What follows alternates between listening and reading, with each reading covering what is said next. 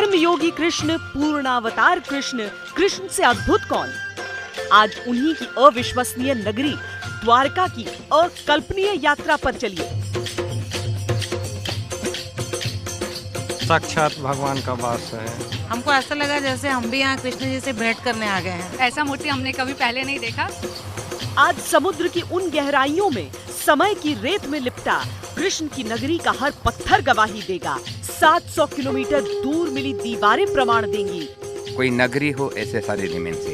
एक जो common wall है वो आज भी समंदर के अंदर मौजूद है। अभी पानी के अंदर जो अवशेष मिल रहे हैं वो तो 1% भी नहीं है द्वारका का जो ऐश्वर्य था। वो अब तक अदृश्य रहा, अनदेखा रहा, पर हम दिखाएंगे वो जगह जहाँ कभी रहते थे कृष्ण। श्री कृष्ण है, देखो जिसकी जिसकी मन की भावना है, जिसे जैसा जैसा मन में जैसा भाव है वैसे भगवान दिखते हैं।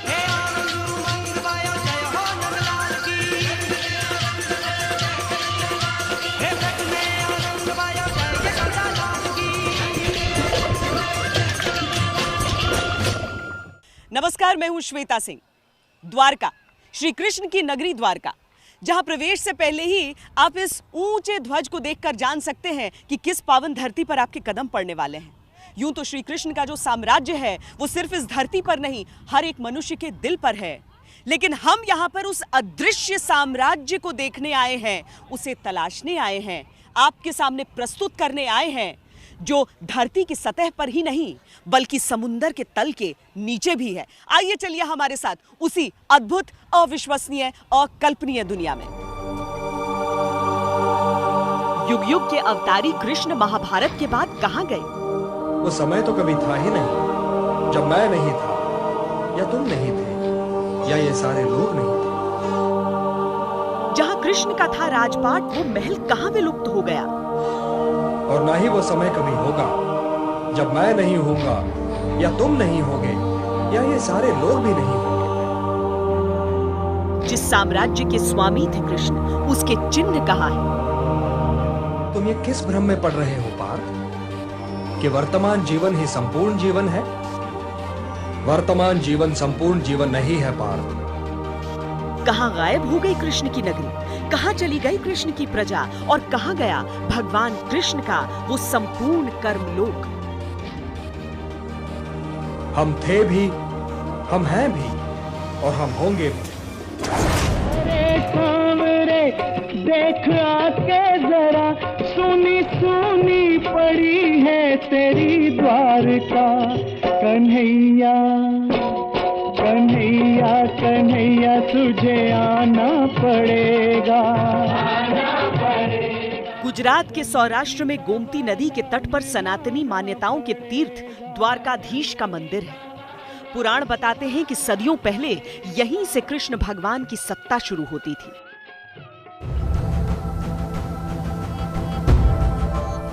यहाँ का कण कण कृष्ण की कर्म लीलाओं का साक्षी हुआ करता था। आज यहाँ सिर्फ समुंदर की लहरों का शोर सुनाई देता है। सामान्य मनुष्य तो नदियों की भांति है जिन्हें व्याकुलता बहा ले जाती है, परंतु उन्हें अपने मार्ग का ज्ञान नहीं होता। वो तो अंधाधुंध बही जाती हैं, क्योंकि वो केवल बहने ही को अपना कर्म समझती हैं, और वो अपना सारा जल, अपनी सारी उथल पुथल सागर में उड़ेल देती है। कभी कृष्ण के साम्राज्य की दुंदुभी बजा करती थी। हर तरफ कृष्ण थे, सब कुछ कृष्णमय था। गुजरात के पश्चिम में बसे द्वारका शहर की ओर बढ़ते हैं तो दूर से ही आसमान को चीरकर सनातन धर्म का बखान करती धर्म ध्वजा ये संदेश देती हुई दिखती है कि यहाँ से साक्षात मोक्ष का पवित्र धाम शुरू होता है। यहाँ से हिंदू धर्म का तपतीर्थ शुरू होता है। यहाँ से द्वारकाधीश का साम्राज्य शुरू होता है। स्वागत है आपका भगवान श्री कृष्ण के कर्मलोक की पावन भूमि पर। कर्मण्येवाधिकारस्ते मा फलेषु कदाचन, मा कर्म फल हेतुर्भूः माते संगोस्त्वा कर्मणि। कहानियों में, किंवदंतियों में, किस्सों में और मान्यताओं में ऐसा माना जाता है कि लीला समाप्त होने के बाद कृष्ण जब बैकुंठ लौट गए तब उनकी नगरी भी एक दिन समुंदर में समा गई। आज भी समुद्र के नीचे कृष्ण की वही द्वारका मौजूद है। आज भी समुद्र की अनंत गहराइयों में कृष्ण के वैभवशाली राज्य के सारे साक्ष्य मौजूद हैं। अच्युतम केशवम राम नारायणम कृष्ण दामोदरम वासुदेवम हरे। आज हम इस अथाह समुंदर का मंथन करेंगे, इसकी गहराइयों में उतरेंगे और खोज करेंगे कृष्ण की कर्मभूमि द्वारका की।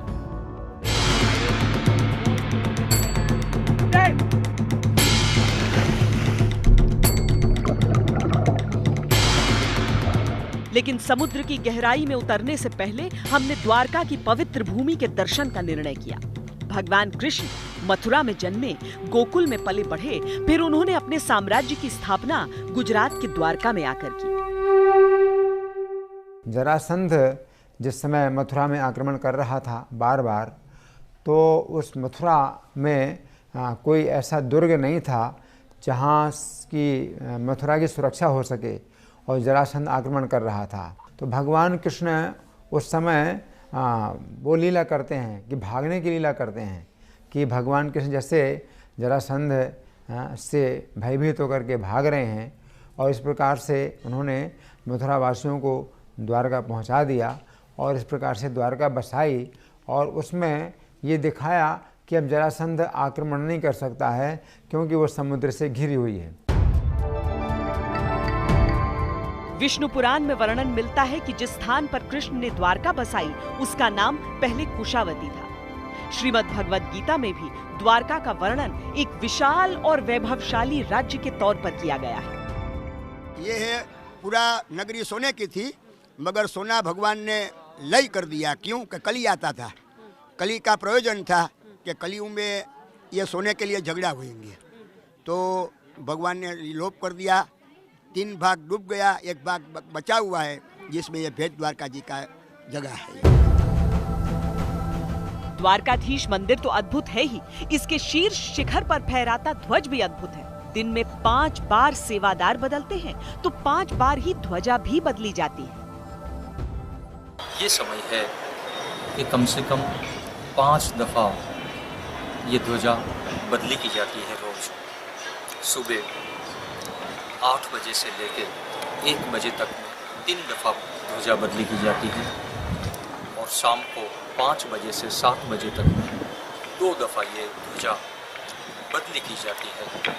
फिर भी आने वाले यात्री को कम से कम 4 साल तक इंतजार करना पड़ता है इस ध्वजा जी को बदली करने में। ध्वज बदलने की प्रक्रिया भी अविश्वसनीय है। ईश्वर से मन्नत मांगने वाले भक्त ध्वज बदलने का संकल्प उठाते हैं, लेकिन कहते हैं यहाँ पर वेटिंग इतनी लंबी है कि 3-3 साल में 1 दफा ध्वज बदलने की बारी भक्तों को मिल पाती है। एक बार ध्वज बदलने में 50,000 से 1 लाख रुपए का खर्च आता है। मान्यता है कि ये ध्वज सूर्य और चंद्रमा को दर्शाता है, यानी जब तक सूर्य और चंद्रमा है तब तक श्री कृष्ण है।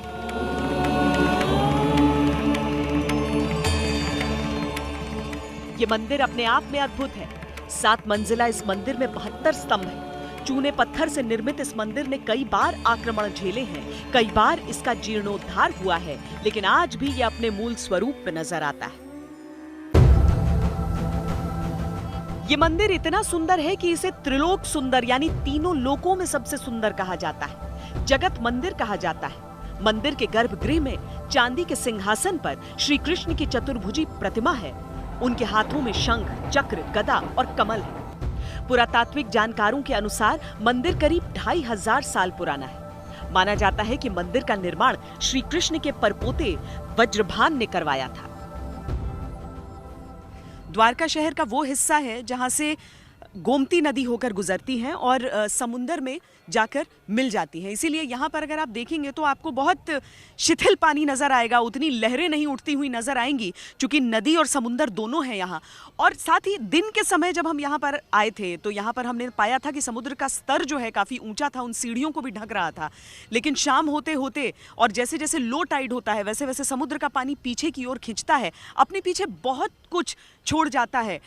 वो कहीं पर उथली चट्टानें भी होती हैं, वो पत्थर भी होते हैं जिन्हें देखकर ही लगता है कि कुछ पुराने निर्माण का हिस्सा है।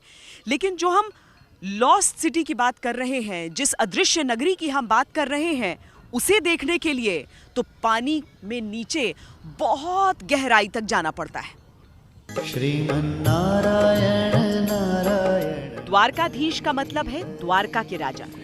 ये 4 धामों में एक है, सप्तपुरियों में भी शामिल। जब हम द्वारकाधीश मंदिर पहुंचे तो एक असीम शांति और आध्यात्मिक वातावरण का अनुभव हुआ। 3 तरफ से जैसे चरण पखारने को व्याकुल थी गोमती की लहरें और समुंदर का आवेग। समुंदर की उन्हीं अनंत गहराइयों में कहीं आज भी ठीक वैसी ही ठहरी हुई है श्री कृष्ण की नगरी।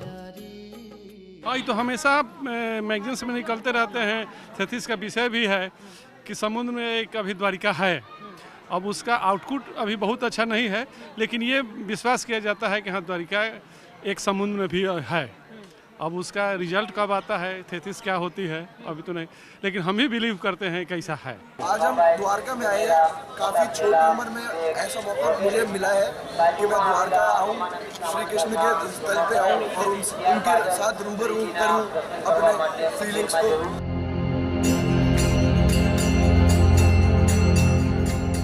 मंदिर से समुद्र की ओर बढ़ते हुए हमें पानी के 5 कुएं दिखे, जिनमें से पानी लेकर भक्त बड़ी श्रद्धा से पी रहे थे।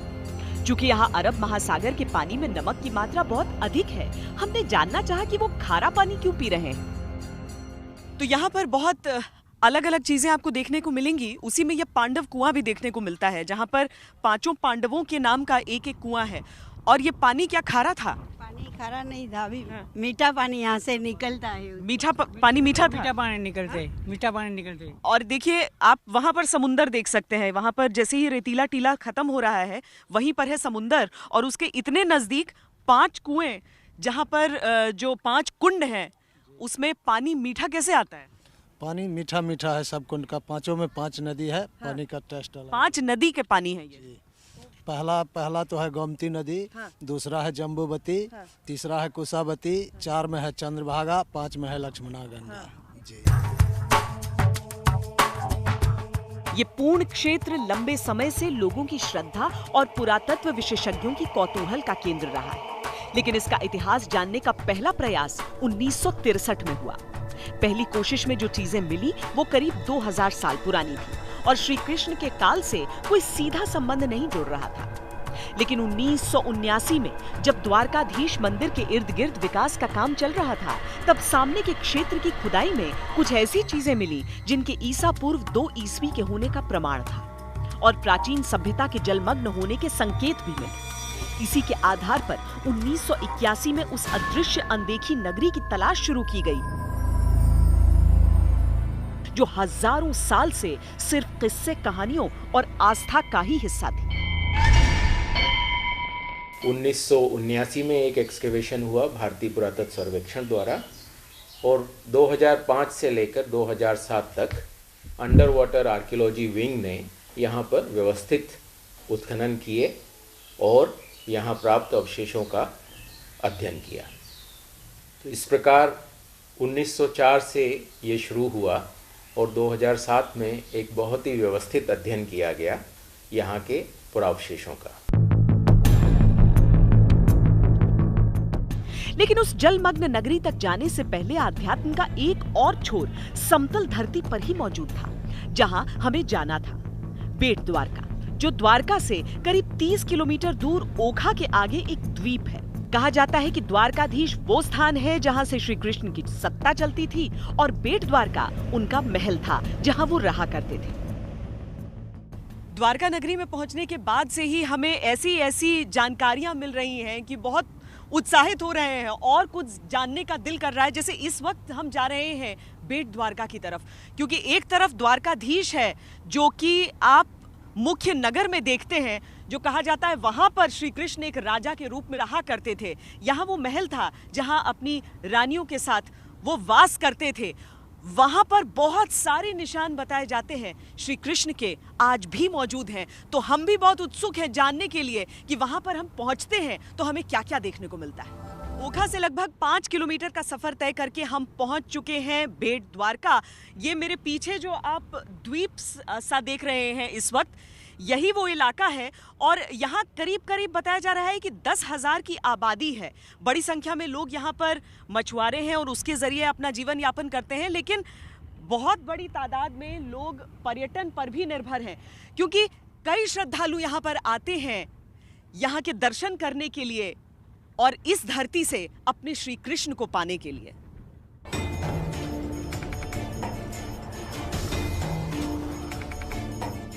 मान्यता है कि जहां आज द्वारकाधीश मंदिर है, वहां से कृष्ण अपना शासन चलाते थे और बेट द्वारका वो जगह है जहां कृष्ण का महल हुआ करता था। बेट द्वारका से क्या द्वारका नगरी जुड़ी हुई?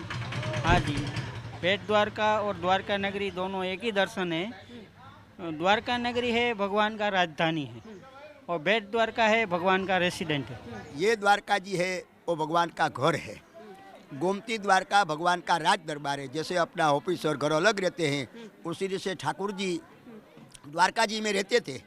यहाँ द्वारका जी में राज करते थे, यहाँ रहते थे। मतलब वो ऑफिस और ये घर? ऑफिस है, ये घर है।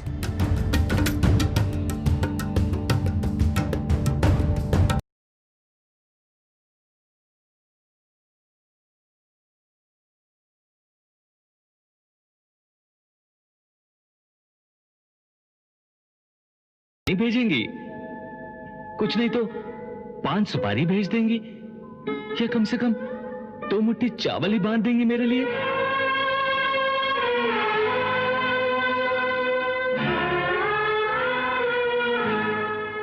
अमृत लाए हो मेरे लिए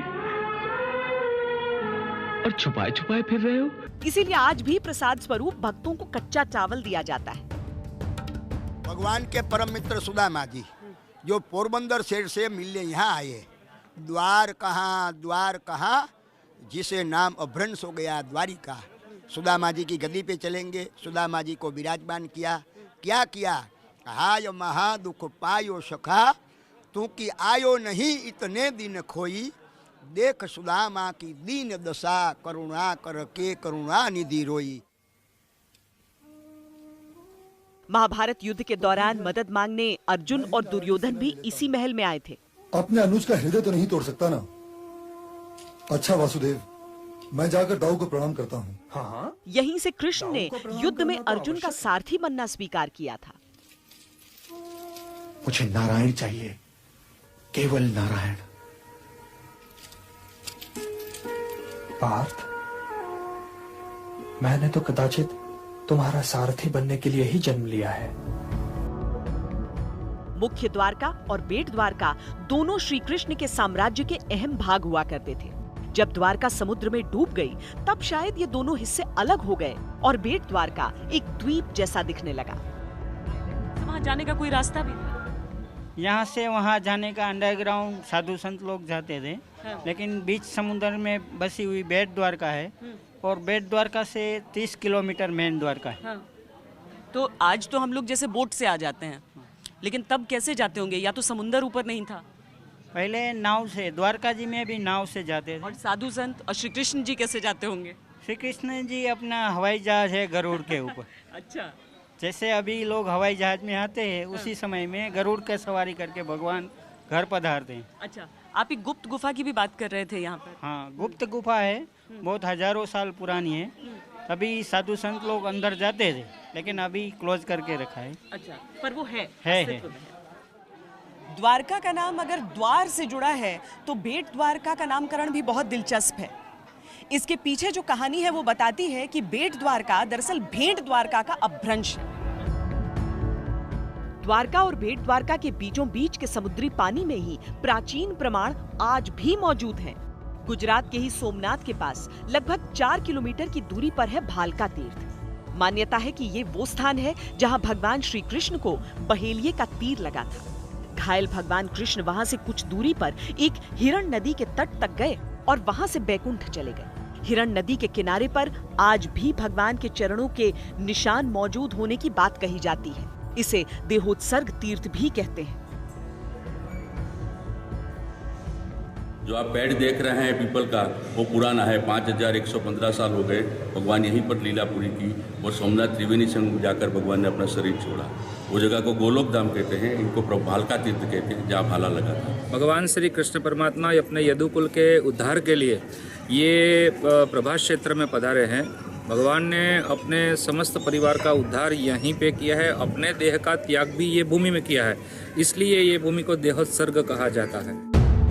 यानी ये पूरा क्षेत्र ही अद्भुत है, लेकिन सबसे अद्भुत है समुद्र के नीचे की वो सच्चाई जिसे देखने के लिए आज हम समुद्र की उन गहराइयों में उतरेंगे। वहाँ द्वारका के अवशेष हजारों वर्षों से बिखरे हुए हैं। उन अवशेषों को एक सूत्र में बांधेंगे और पहली बार सामने लाएंगे द्वारका का अद्भुत, अविश्वसनीय, अकल्पनीय, संपूर्ण सत्य। आस्था को प्रमाण की आवश्यकता कभी नहीं रही, लेकिन शायद ये प्रमाण खुद श्री कृष्ण देना चाहते हैं और इसीलिए एक एक कर ये सारी चीजें दुनिया के सामने आती ही रहती हैं।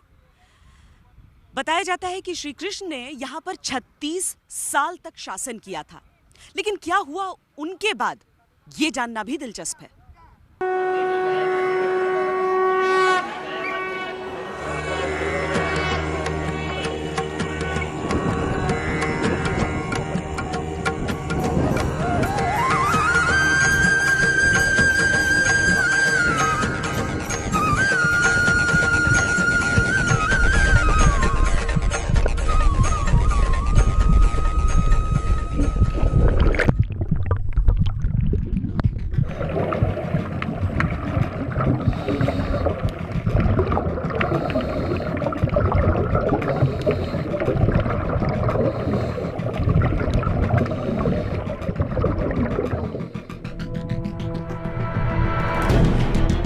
दिलचस्प तो है, पर आसान बिल्कुल नहीं है। यही कारण है कि इतने सालों में पुरातत्ववेत्ता मुश्किल से चंद कदम चल पाए।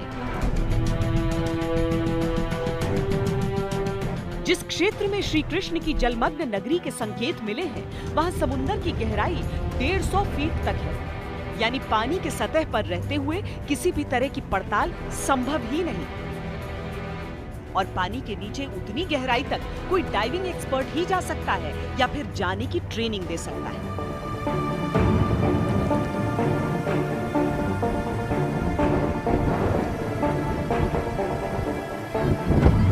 हमें बताया गया कि शांति भाई बम्बानिया यहाँ कुछ दशकों से स्कूबा डाइविंग का प्रशिक्षण देते हैं। यहाँ तक कि समय समय पर आने वाली शोध टीमों को भी सपोर्ट करते रहे।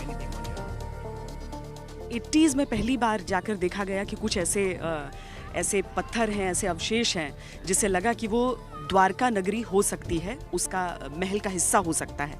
जिसके बाद बहुत मरीन आर्कियोलॉजिस्ट्स ने इसके बारे में रिसर्च करना स्टार्ट किया। आप जब नीचे जाते हैं तो आप क्या देख पाए हैं? पहली बात तो ये कि वो 1988 में जी और सबसे पहले यहाँ वो ओशियोनोग्राफी गोवा से लोग आए under the leadership of mister SR Rao. Now he is no more, but he started first and then he explored and they found the remains of ancient Dwarka. कितना नीचे जाना पड़ता है? It is not much, you can say nearly between 60 to 80 feet. 60 to 80 feet नीचे जाने पे दिखता है ऐसा कुछ की अवशेष? Yes, yes. The remains are there still underwater. कोई नगरी हो ऐसे सारे remains है पहले का। हाँ, means Krishna lived there in some days. कभी कृष्ण रहते थे वहाँ पर? वहाँ रहते थे। तो लोगों की दिलचस्पी बढ़ी है देखने में, लोग आते हैं इस As I have been, मैं कर रहा हूँ ये 10 साल से, तो बहुत सारे इंक्वायरीज आते हैं, मगर लोगों को हम नहीं ले जा सकते हैं क्योंकि एक तो वो अभी it is entirely control by the archaeology department of India and research is not, वो रिसर्च अभी ख़त्म नहीं हुआ। तो वो रिसर्च ख़त्म होने के बाद गवर्नमेंट ऑफ इंडिया डिसाइड करेगी कैसे वो करना है लोगों के लिए कैसे।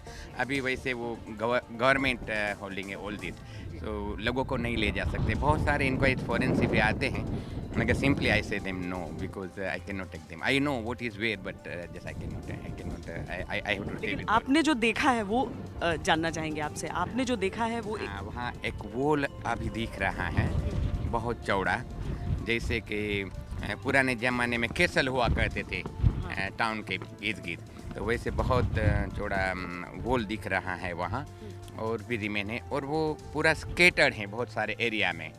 हाँ, तो मतलब उनके लिए क्वालिफाइड स्कूबा डाइवर होना चाहिए, तभी जा सकते हैं।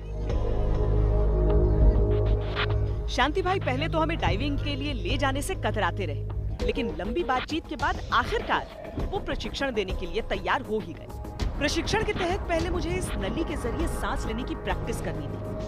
नाक को ढककर पानी के नीचे इसके जरिए मुंह से सांस लेना था। इसे स्नॉर्कलिंग कहते हैं। करीब आधे घंटे तक लगातार ऐसा करने के बाद हम अगले पड़ाव की ओर बढ़े। दूसरा पड़ाव ठीक द्वारकाधीश मंदिर के सामने का हिस्सा था। यहाँ की गहराई बमुश्किल 20 फीट रही होगी। सांस लेने के लिए अभी भी उस नली का ही सहारा लेना था, यानी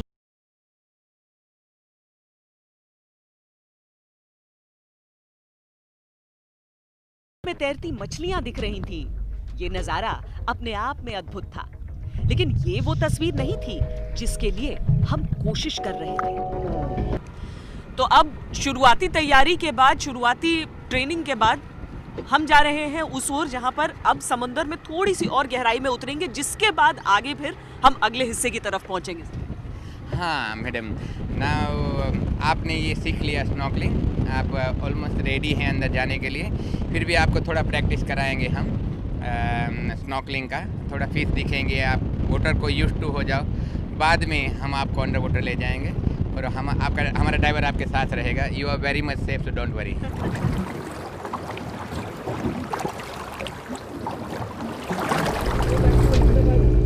इस पड़ाव को भी सफलता से पार करने के बाद शांति भाई हमें असली जगह ले जाने को तैयार हुए। ये इलाका तट से काफी आगे की ओर था और यहाँ की शुरुआती गहराई थी 50 से 70 फीट के बीच। मुंह से निकलना नहीं चाहिए एक बार। इतनी गहराई में पानी का प्रेशर इतना अधिक होता है कि कानों में दबाव के कारण तेज दर्द होता है। अब सांस की नली की जगह पीठ पर ऑक्सीजन टैंक लादना था। इस भारी भरकम टैंक में 1 घंटे का ऑक्सीजन उपलब्ध होता है। हालांकि यहाँ भी सांसें नाक से नहीं, मुंह से लेनी होती है। कमर पर एक बेल्ट बांधा जाता है जिसमें लोहे का वजन डाला जाता है ताकि शरीर पत्थर की तरह नीचे की ओर जाए। नियम है कि डाइविंग के लिए कोई अकेले नहीं जाता। मेरे साथ भी एक प्रशिक्षित डाइवर पानी में उतर रहे हैं। हर डाइवर के जैकेट से एक रस्सी बांधी जाती है जिसका दूसरा सिरा बोट पर बैठे लोगों के पास रहता है। इमरजेंसी में इसे 3 बार जोर से खींचने पर ही ऊपर की ओर खींचा जाता है। पानी में तस्वीरें लेने के लिए मैं वाटरप्रूफ कवर में खास गोप्रो कैमरा लेकर गई। पूरी तैयारी के बाद अब उस आदेश का इंतजार था जिसके बाद बिना पीछे की ओर मुड़े गहरे समुद्र के पानी में छलांग लगाई। All the way to the minimum. Dive.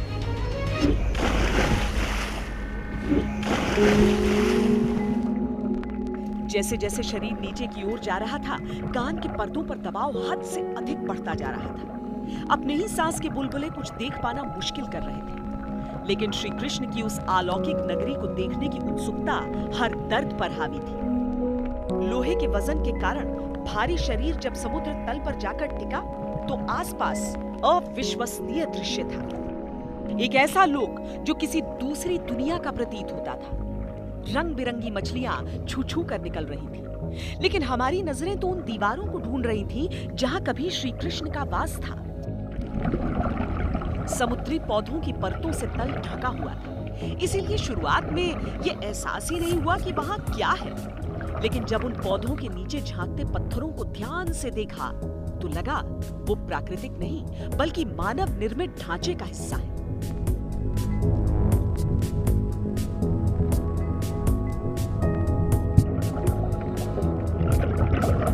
चूंकि हम कोई पुरातत्ववेत्ता नहीं, हमने केवल वो तस्वीरें ली ताकि सतह पर आने के बाद जानकारों से उसका विश्लेषण करा सके।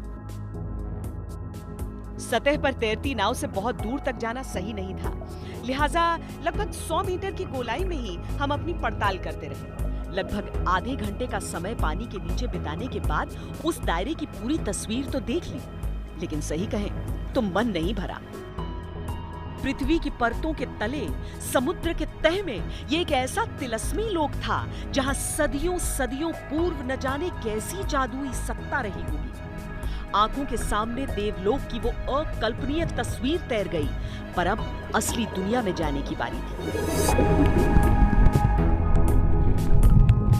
मैंने रस्सी को पूरा जोर लगाकर खींचा और ऊपर की ओर तैर गई।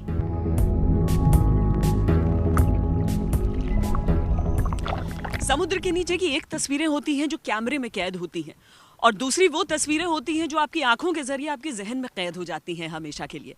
जब आप पानी के नीचे जाते हैं, या यूं कहूं कि जब मैं पानी के भीतर गई, तो शुरुआत में तो कुछ देर आपके कानों पर इतना ज़्यादा दबाव रहता है कि आपको खुद समझ पाना मुश्किल होता है, लेकिन चूंकि आप एक प्रशिक्षक के साथ रहते हैं, इसीलिए उस आत्मविश्वास के साथ नीचे जाइए। और जब एक एक चीज़ें खुलकर सामने दिखने लगती हैं, जब उन मछलियों के साथ, उस रेत के साथ, उस रेत के पीछे का जो समय है वो आपकी आंखों के सामने घूमने लगता है, तब आपको लगता है कितना भी समय यहाँ इस समुद्र के नीचे, समुद्र के पानी के साथ बिता लें, आपको कम ही लगेगा, क्योंकि वो पूरा वक्त, वो सदियां आप एक एक कर समेटते जाते हैं अपने साथ। 1981 के बाद के 2 दशकों में यहाँ समुद्र के नीचे बड़े पैमाने पर काम हुआ। इसकी चर्चा तो खूब हुई, लेकिन ये किसी निष्कर्ष पर नहीं पहुंच सका। 2 तरह की थ्योरी सामने आने लगी, एक जो समुद्र के नीचे के निर्माण को प्राचीन मान रहा था, और दूसरा जो इससे सहमत नहीं था। इस टीम का हिस्सा रहे पुरातत्ववेत्ता आलोक त्रिपाठी अब असम में है। हमने उनसे इस प्रयास के बारे में जाना। एक बहुत बड़े क्षेत्र में वहाँ पे पुरावशेष बिखरे हुए हैं, तो हम लोगों ने एक 200 मीटर का इलाका सेलेक्ट किया समुद्र के बिल्कुल किनारे पे, और उसका हम लोगों ने एक्सप्लोरेशन किया। और उसके बाद उस पूरे क्षेत्र में अवशेषों की स्टडी के बाद हम लोगों ने एक 50 मीटर बाई 50 मीटर का क्षेत्र जो है वो सेलेक्ट किया डिटेल्ड स्टडी के लिए। और उस क्षेत्र में हमको मकानों के अवशेष प्राप्त हुए, जो कि पत्थर के ब्लॉक्स हैं मेनली, और ये ब्लॉक्स जो हैं वो इस अलग अलग शेप्स के हैं, अलग अलग साइज के हैं, काफी बड़े साइज के हैं। 6 वर्षों के ब्रेक के बाद जब 2007 में एक बार फिर द्वारका में काम शुरू हुआ, तो नियोजित ढंग से अलग अलग क्षेत्रों को चिन्हित किया गया, दीवारों पर नंबरों के साथ ग्रिड लगाए गए, निर्माण में उलझे पौधों को एक एक कर हटाया गया। लेकिन समुद्र के खारे पानी में सदियों से जलमग्न पत्थरों पर कैल्शियम युक्त कठोर जमाव था। इसे साफ करना बहुत कठिन था।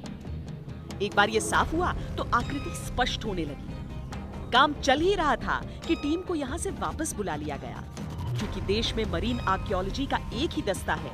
10 साल बीतने के बाद भी यहाँ काम आगे नहीं बढ़ पाया है। सीमित क्षेत्र में एक 50 मीटर बाई 50 मीटर के एरिया में हम लोगों का अन्वेषण जो था वो मूल रूप से केंद्रित था। तो समुद्र के अंदर काम करना एक बहुत ही दुष्कर है, और समुद्र बहुत विशाल है, और अंदर जब हम काम करते हैं तो एक व्यक्ति जो है बहुत ही सीमित समय तक वहाँ काम कर सकता है, ज़्यादा से ज़्यादा 3 घंटे। ये क्षेत्र सीधे तौर पर लोगों की आस्था से जुड़ा है। कृष्ण की जिस नगरी के संकेत सदियों से लहरों में समाये हैं, उन्हें अगर फिर संजोया जाए तो वो दृश्य कितना अद्भुत होगा। वैसे राज्य सरकार की योजना है कि आने वाले दिनों में वाटरप्रूफ सीसीटीवी के जरिए द्वारका नगरी में पानी के नीचे की तस्वीरों का सीधा प्रसारण तट पर किया जाएगा। पहले किसी को इसमें अधिक रुचि नहीं थी। यहाँ पर दर्शनार्थी आते जरूर थे, आस्थावान आते जरूर थे, श्री कृष्ण के दर्शन करते थे। लेकिन जब 1980 के दशक में ये पता चला कि समुद्र के नीचे भी एक ऐसी नगरी है जो द्वारका का ही हिस्सा थी, जो एक लॉस्ट सिटी के तौर पर जिसे देखा गया, उसके बाद शोधकर्ताओं ने दिलचस्पी लेनी शुरू की। हालांकि अभी भी बहुत काम की जरूरत है। पौराणिक कथाओं के अनुसार जब श्री कृष्ण ने फैसला किया कि वो द्वारका में आकर बसेंगे, तो समुद्र से उन्होंने जमीन मांगी। समुद्र ने पीछे हटकर उन्हें धरती का ये हिस्सा सौंप दिया। लेकिन जब बाद में उन्होंने मानव शरीर को त्यागा और बैकुंठ धाम के लिए रवाना हुए, तो कहते हैं समुद्र ने वापस धरती का वो हिस्सा ले लिया।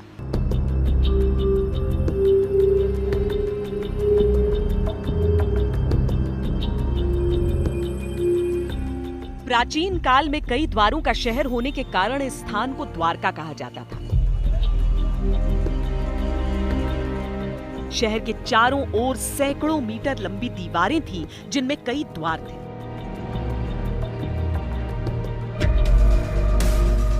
समुद्र के नीचे जो मानव निर्मित दीवारों का ढांचा है, माना जाता है यही वो दीवारें हैं जो कभी द्वारका को घेर कर सहेजे रखती थी। द्वारका एक सिटी नहीं थी, द्वारका एक छोटी सिटी नहीं थी, द्वारका एक नगर था। कृष्ण ने जब मथुरा से यहाँ पर माइग्रेट किया, पूरा जब एरिया, तो उस वक्त एक शहर से कंसर्न नहीं था, वो पूरा एक नगर था। पूरा एक नगर जो था, उसके अलावा पूरा एक स्टेट था। तो वो जो स्टेट था, वो स्टेट यहाँ तक फैला हुआ था। यहाँ कदमबंद यानी भरूच तक वो उनका एरिया था, और उससे भी आगे थोड़ा था, तो वहां तक वो पूरा फैला हुआ एरिया था।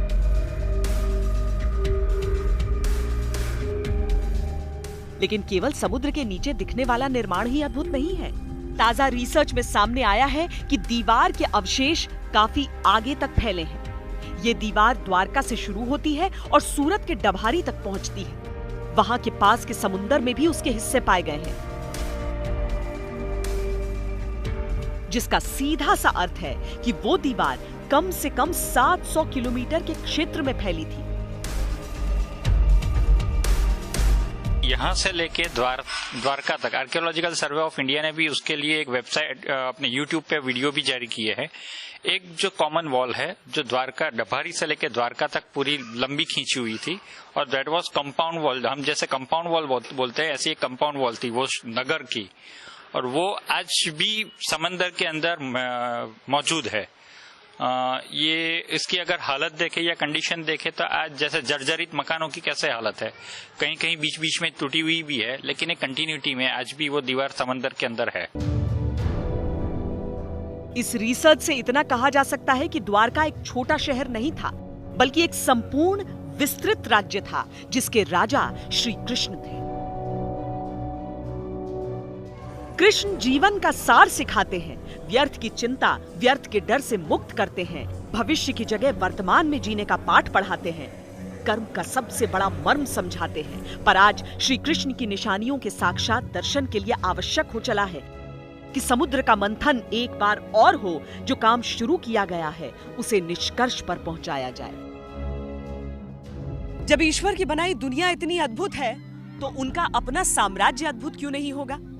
अद्भुत, अविश्वसनीय, अकल्पनीय में आज के लिए इतना ही। कैमरा पर्सन हिमांशु शर्मा के साथ मुझे दीजिए इजाजत। देश और दुनिया की बाकी खबरों के लिए आप देखते रहिए आज तक।